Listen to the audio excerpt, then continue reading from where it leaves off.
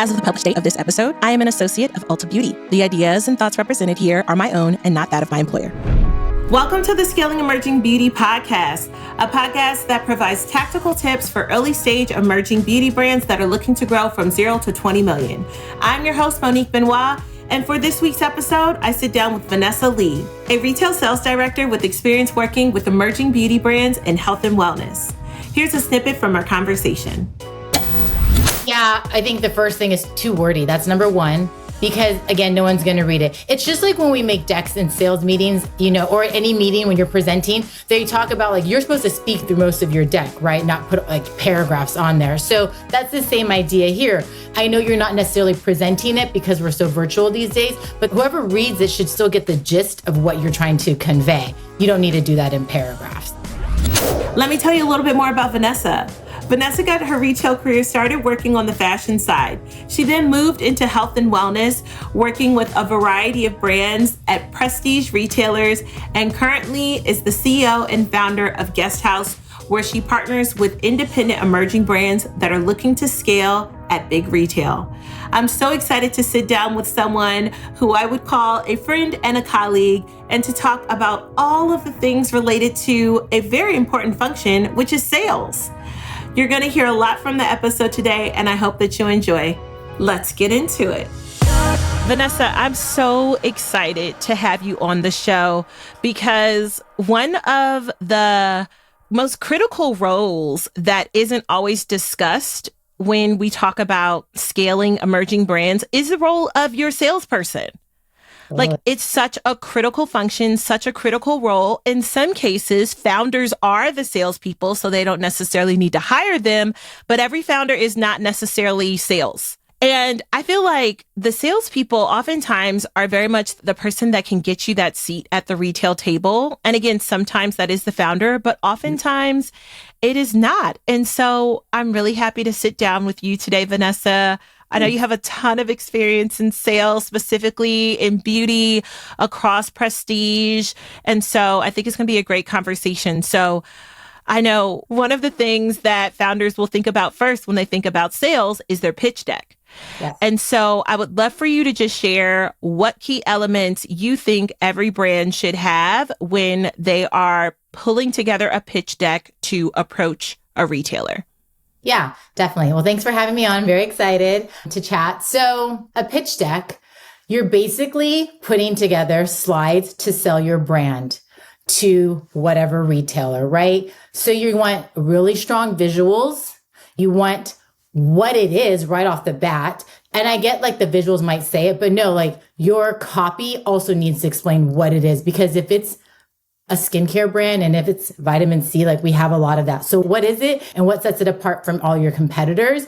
Also, I don't think it can be too wordy because no one is going to read all that, And so strong visuals, really concise copy, and maybe a little bit of data points about that category and how your brand is like at the top of that, right? So, and I think when we talk about data, entering data into that, you're not going to put data doesn't make your brand or product look good. So make sure whatever you're pulling is like putting your product, whatever it is, at the top.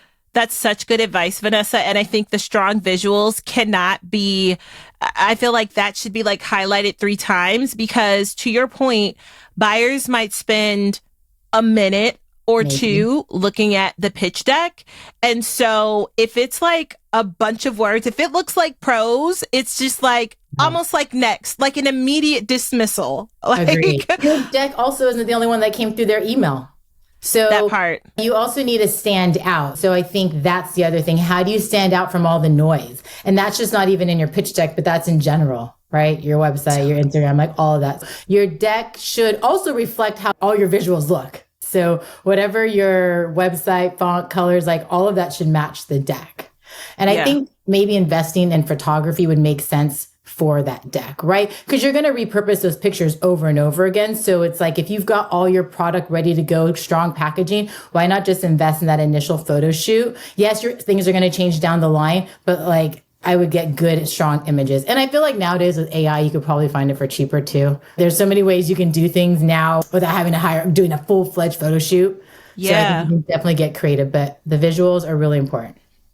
Yeah, that's a really good point, Vanessa. And I also say, even if you can't afford a full-on photo shoot, be mindful of, if you're using Canva, be mindful of the images that you're picking from Canva. You can search Canva for images if you have a hair care product and make sure all of the backgrounds are maybe like a light gray or a light, like almost like a very light white color, so that it is complementary to your brand colors. If your brand's a little bit more vibrant, you can get something that, again, has vibrancy behind it. So there are ways that you can be very intentional about your visuals to have that consistency. Like you said, it's almost like that's what stands out. I feel like I've seen brands that might have come across my desk when I was a merchant, like in my past, like actual buying decision power. And it was the ones with the strong visuals that I'd be like, whoa, this looks cool. I also know something that brands don't often think about or consider is that, as I've said before on the podcast, like, I feel the brand retailer relationship is a bit like dating. And so it's a bit like, hey, you got to impress me. And so I think it's important that the brands tailor their decks a little bit to that specific retailer. So I'd love to know what kind of tips or some of the ways that brands can tailor their decks to that specific retailer that they're pitching to. That is very important, right? So let's be specific though on the retailers. We're talking about the major retailers. Like, you're not going to make your deck specific for the smaller indies just because after a while you can have a pretty generic deck for them, just to be mindful of that. But for like when you're going after the Sephora's, the mass, anything that's, a large multi-door, you definitely want to tailor it so they feel special, that you did a little bit of research before you just blindly sent this pitch deck out. And so I think a few ways you can do that. One, look at their competitors on shelf and make sure you address that somehow in your deck of, again, how you stand out different from the product assortment that's there, how you are going to bring them at the end of the day, make them money, right? Because that's all we care about at the end of the day is that revenue. So how you stand out from what's on shelf. It might even be nice sometimes from a visual, like putting your product on shelf in store, like creating like an end cap of like what you, very simple, but like what you imagine seeing your product on floor in Sephora on shelf or whatnot. And I think also doing a little bit of research, like making sure you're referring to terms that they use. Like if you're going to talk about Sephora and they use beauty advisors, make sure if you're speaking about whatever, like how to sell, you are using the correct terms per retailer, because everyone has their own terms across the board, like every industry. So you should get familiar. That way, when you're talking to them, they're like, oh, okay, you have been on the floor, you have done some research, right? And this is all stuff that you can figure out. Like you could go into Sephora and start having conversations and get this info. It's nothing like hidden, but just making sure that you're speaking properly, how they address their individuals and how they speak about things inside of their retail space. That's so good, Vanessa. When I was at Target, we would refer to our customers as guests.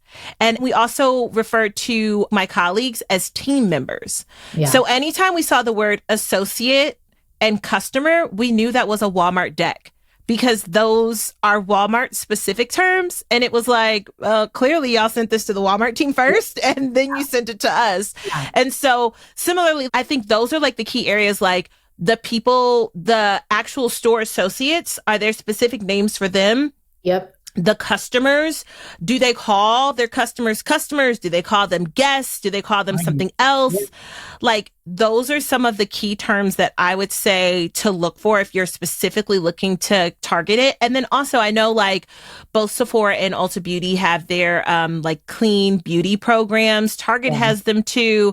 And so that's where it's like whatever they call clean, use that terminology, do your research to see what things they like to highlight. Do you fall into any of those things that they highlight and bring that out? Because it also lets them know you did your research and also could be a good way in as well. Because it's like, oh, you fall under our like Black owned brand pillar. You fall under this clean beauty pillar. And then that can just help.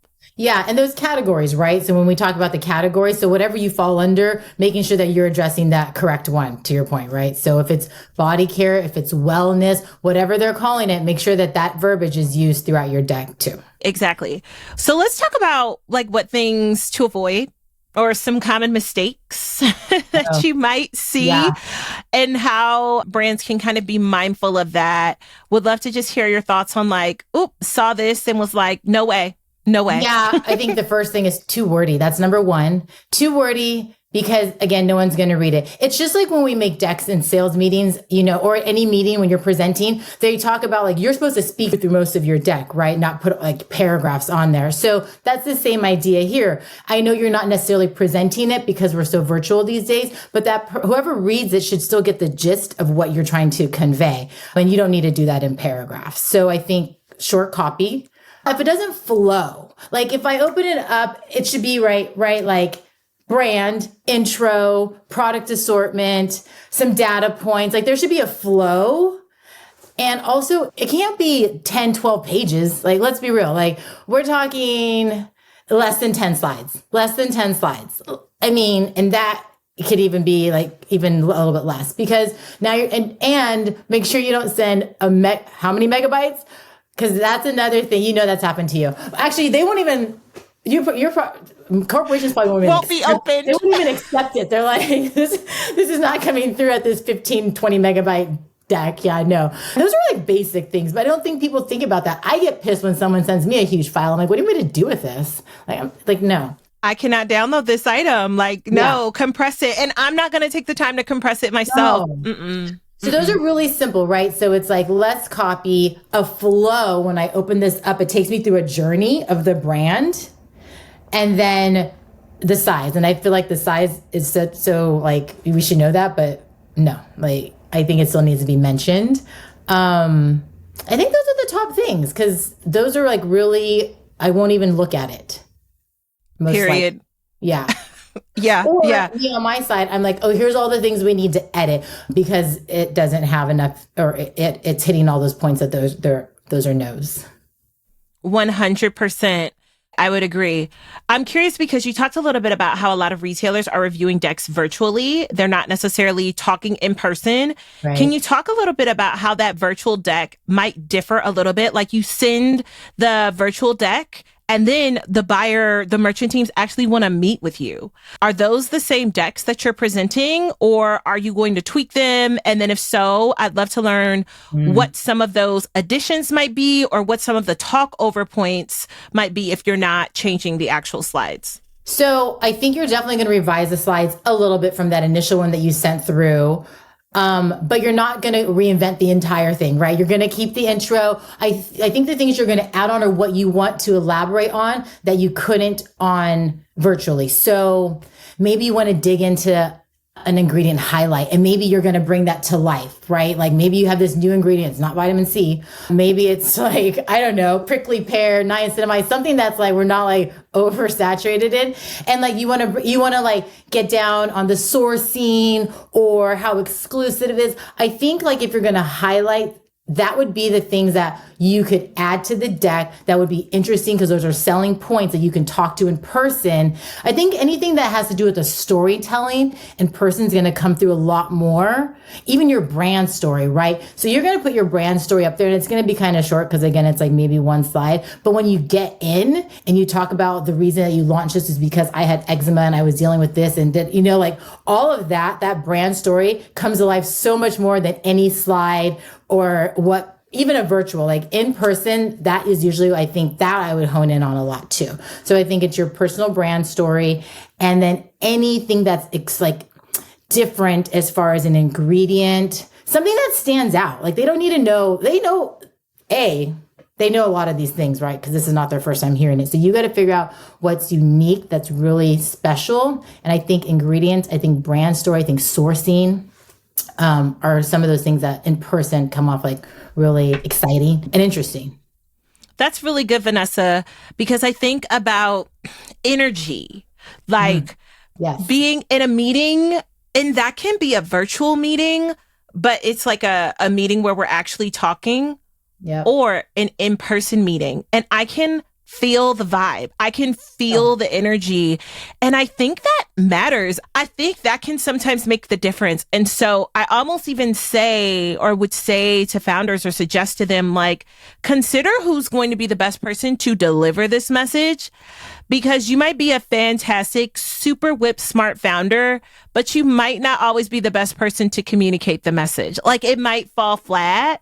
Have you ever had that happen where you're like, you talk to it, you like see the brand and you like love it, but then you're like, oh, are you delivering the message? Because I get what you're saying. No, because since I tend to work with smaller startups, the founders are so eager and so passionate because they literally put their blood, sweat, and tears, as most brands have. I'm not like saying other founders haven't. So I haven't seen that. But I think when we talk about getting outside of the startup and we get to more mass brands, then I would be concerned about who is delivering that message, right? Because it may not be whoever is the VP or whatever. That might not be the best person just because they're the higher up. I think there's other people who have better energy or delivery that might be more of a presence to speak. And I feel like I only seen that when I was in-house at bigger brands. But like the smaller startups, oh no, the founders are the best to tell the story. Because they just have different points and experiences and they bring it in. And I think the passion. Yes, the passion. Again, when you get to that other level of brand recognition, I don't know if that passion is still there because now the whole goal is like strictly bottom line. It's a little different than the beginning.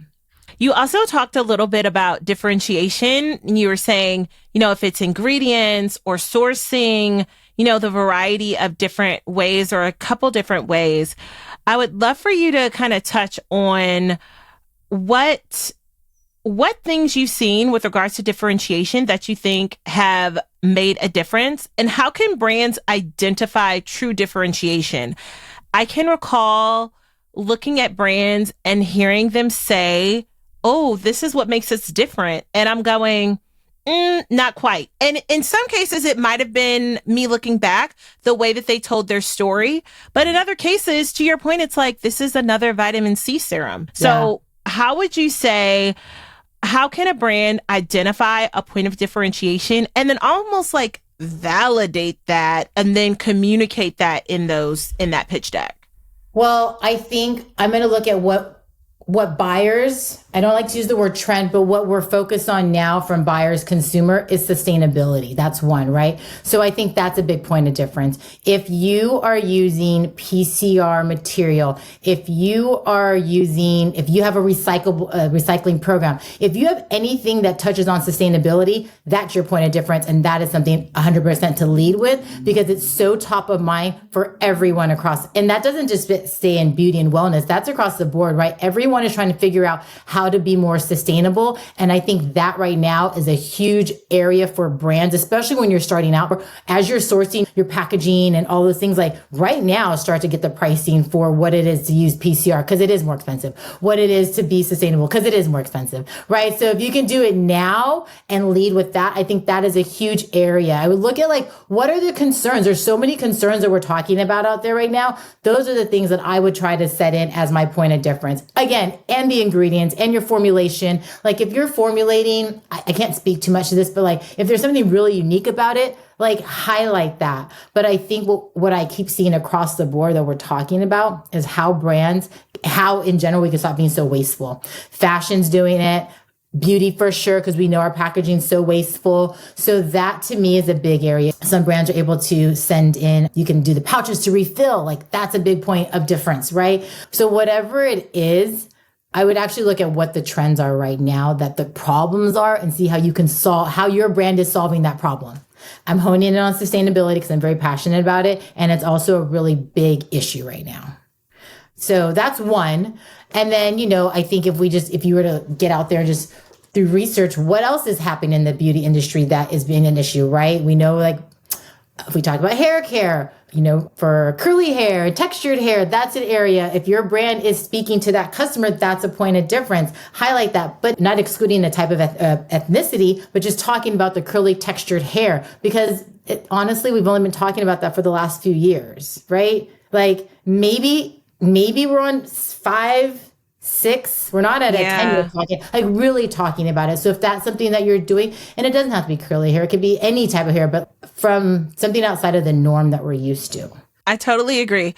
I feel like this is where, like, if you are a brand founder, it helps to be someone who follows or cares about the industry, because then you have a reference point for, to your point, what's trending, what's popular, even I feel like tone of voice. Like when I think about some brands when they launched, like I think about Honey Pot Company when they launched. The way that they started talking about feminine care, wellness, people who menstruate, it was a totally different tone of voice than what we had heard before. That's so Products true. had some tweaks to it too, but it was almost like the combination of like product, tone of voice that made it this whole kind of like thing that made it feel really different. Yeah. And I mean, I think it showed in the sales. So I also think it can be in the marketing, right? Like in how you show up. Sometimes it can be in the color, in the packaging. Like think about Monday when they came out with their kind of like every bottle has that palish, pinkish kind of color that is similar across shampoo and conditioner. It's a solid color. Like that hadn't been done, especially in that shape. Like we hadn't really seen that. So I think there's a number of ways you can be differentiated. I do say to brands though, like you have to kind of know what feels new, because like maybe there was a brand that was shaped, that had a bottle shaped similar to Monday, like 40, 50 years ago. And so maybe then it felt fresh and then it got old, and then, you know, what's old becomes new.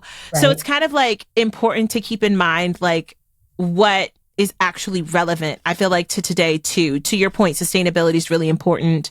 There's so many different ways that you can hit on sustainability, and not enough brands, I think, are always doing that, especially the big brands. So that's true. I think one other point though is also transparency. I feel like a lot of brands now, they're sharing so much more about either their pricing structure. If we look at Do, that just launched in Sephora, they show like, here's what it cost us, here's what you're paying. I think Everlane did this years ago. There's a lot of transparency. And I think the consumer, I know I appreciate that, because a lot of times you're like, wait, why is this X amount? But brands that are showing you the costing up front, that not every brand's doing that, and not every brand will, but I think there's something unique there.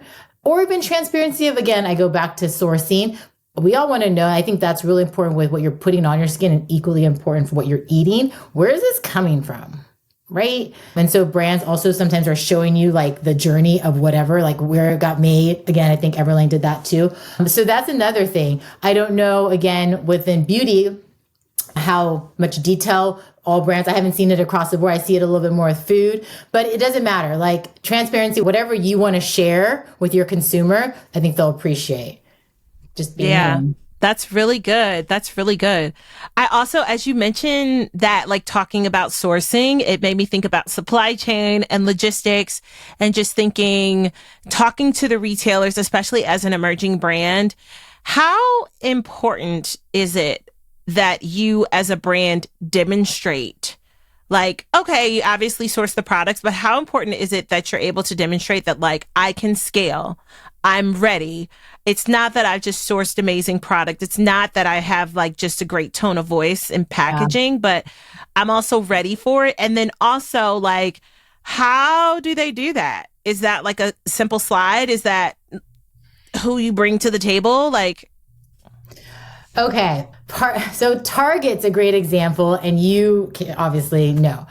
It's going to take you a year from whenever you have that first conversation with Target, because I think they want to know, and they get involved a little bit on where you're manufacturing, because there's that option for them to come pick up overseas, right? So, and I think they get a little bit more visibility into your manufacturing process. So therefore, they have an idea if you can hit this quantity. I have two thoughts there. One, not a fake it till you make it, but like, you don't need to disclose everything. For real, you don't. If we're keeping it real, like for the emerging brands, sometimes it's like, okay, you're saying yes to the retailer. And like in the back of your mind, you're thinking, I need to go call my advisor and figure this out as soon as possible. Yeah. And that's okay. But you just better figure it out. Yeah. And you do not ever say, I'm not sure. I don't think we have enough. No, you got this opportunity, so you're going to figure it out. But then you need to, with a team, not just you, but like really tap into someone who understands what that's going to cost you and that timeline, and can you do it? And most likely brands will make it work.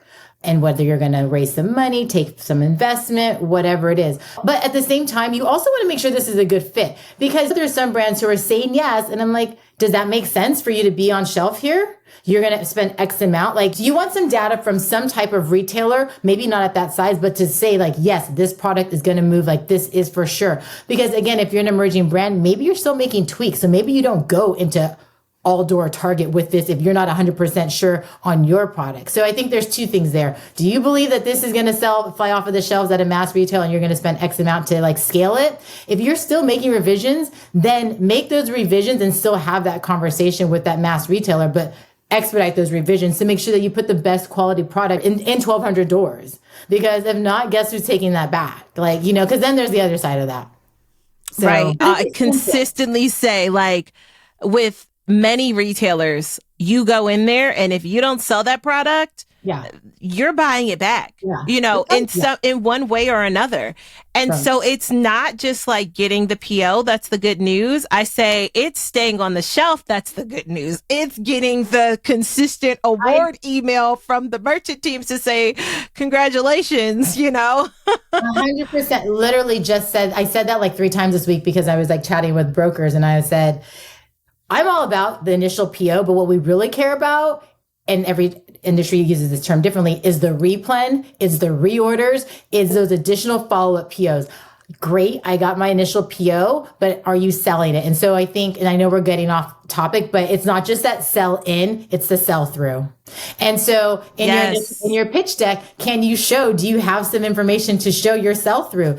Can you show and you can use your D2C info, that's fine, as long as you have some data to share that like your product doesn't just stay on shelf, it actually moves. And you probably only have D2C data to share because you probably haven't been in that many retail partners, but that's fine. It's still a consumer and it's still moving. So yeah. Yes. One part sell in, other part sell through.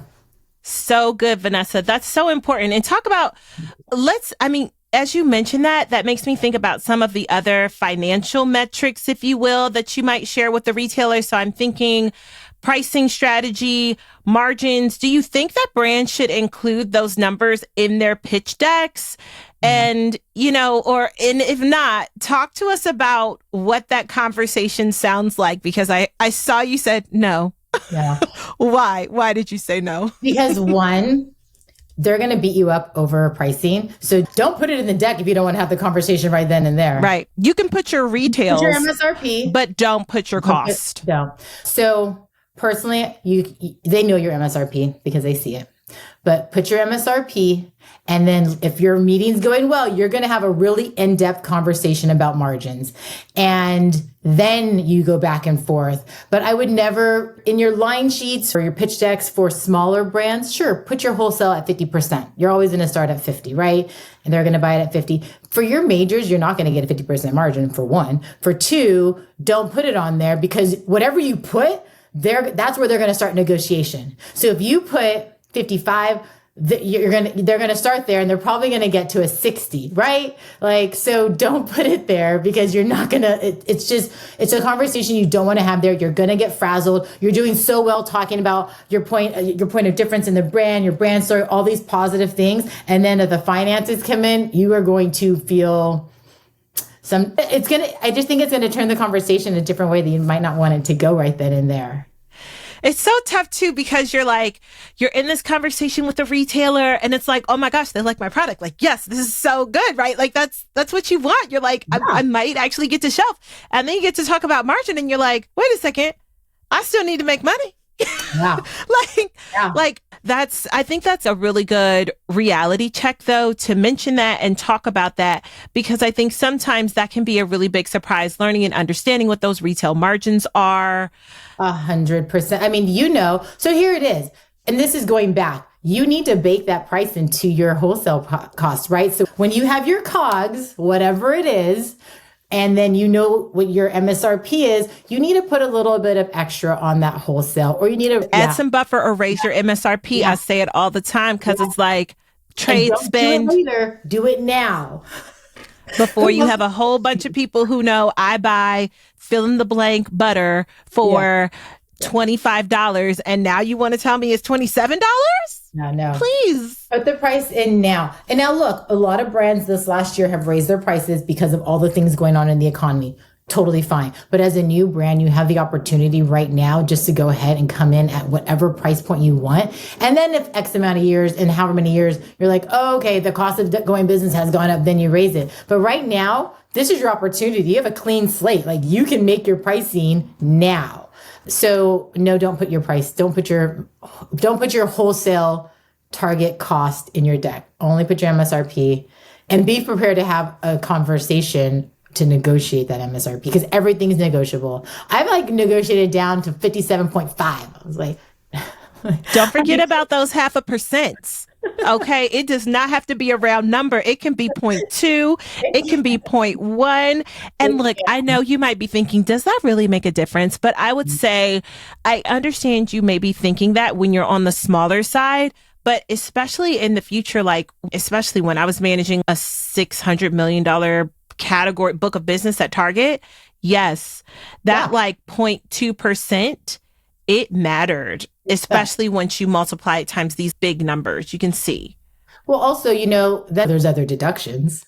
So you want to get paid sooner? Well, there's 2% off your invoice. So all of those are going to add up, right? So yes, that 0.5 point whatever is going to make a difference. Right. And those Vanessa, you were talking about terms. So a 2% discount if you get paid in 30 days. And I just made that up. I'm not saying that's anybody's terms because that sounds unrealistic. Not.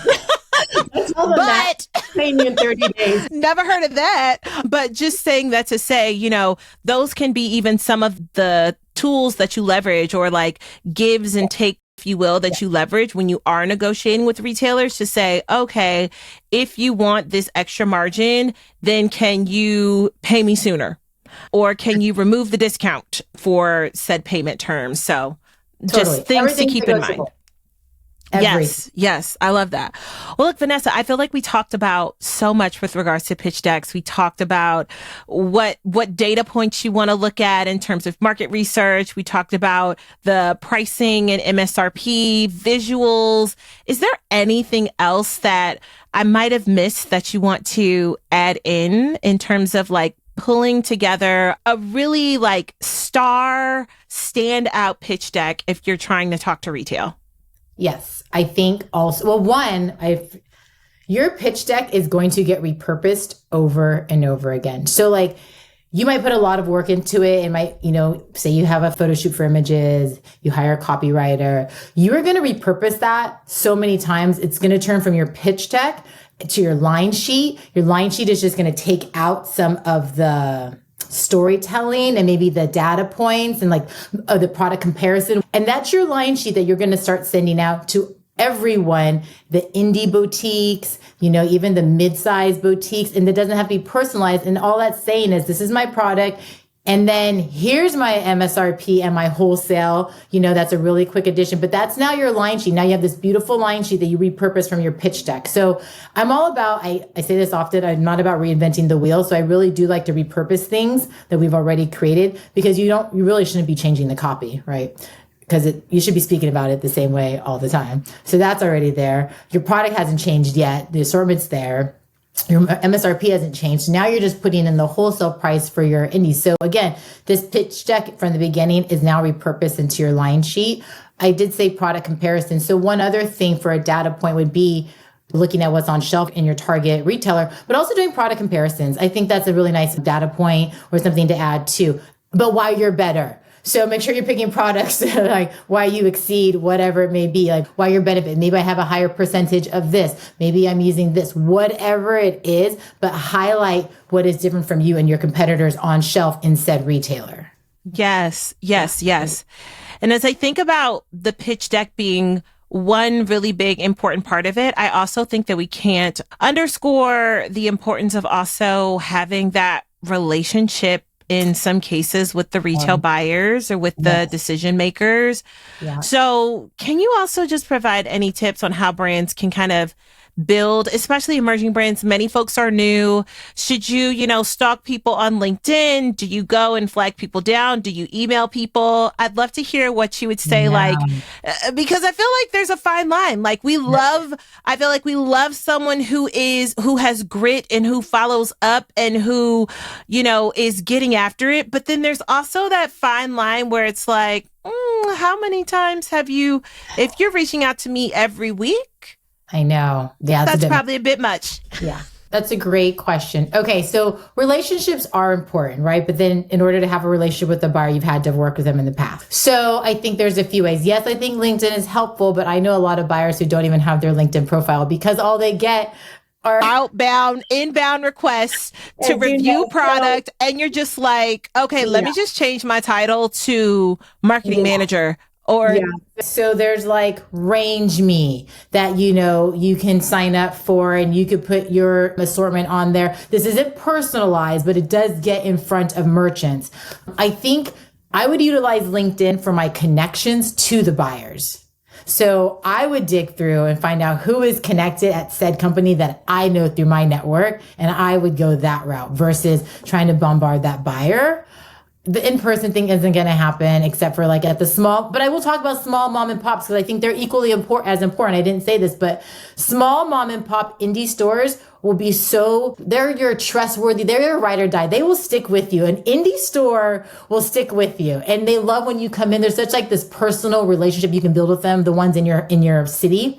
So those ones I think are equally as important. You can pop in, meet the store owner. Those ones are great to have because the more you have, that will add up for X amount of revenue for the year, right? Yes, you have to have a lot of them. So the other thing is utilizing, if you can afford, there's sales agencies, right? So there's agencies focused on beauty brands. There's several of them out there that will work with brands. And their whole point is I will pitch you to X amount of buyers for a commission. They take a commission of sales. So there's that. That's really big in fashion. If we think about fashion, there's showrooms. Buyers shop the showrooms, every market. So your brand is there. So basically there's a few beauty showrooms that are replicating that same model. There's also finding fractional people, similar to what I do, kind of. There's people who will work at an hourly rate, and help you get into retailers that they have connections with. I think now there's a lot of ways. It doesn't necessarily have to be you, the founder, doing all the pitching. I think you can outsource some of that. Yes, you can too as well. But I think if you outsource it and pay a small percentage, you have a better chance because that person has that relationship.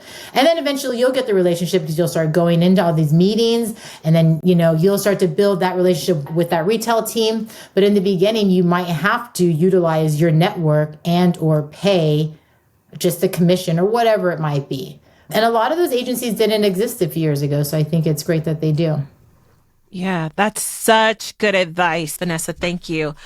Look, I've loved our conversation and think there's so many things that founders can glean from what we talked about today.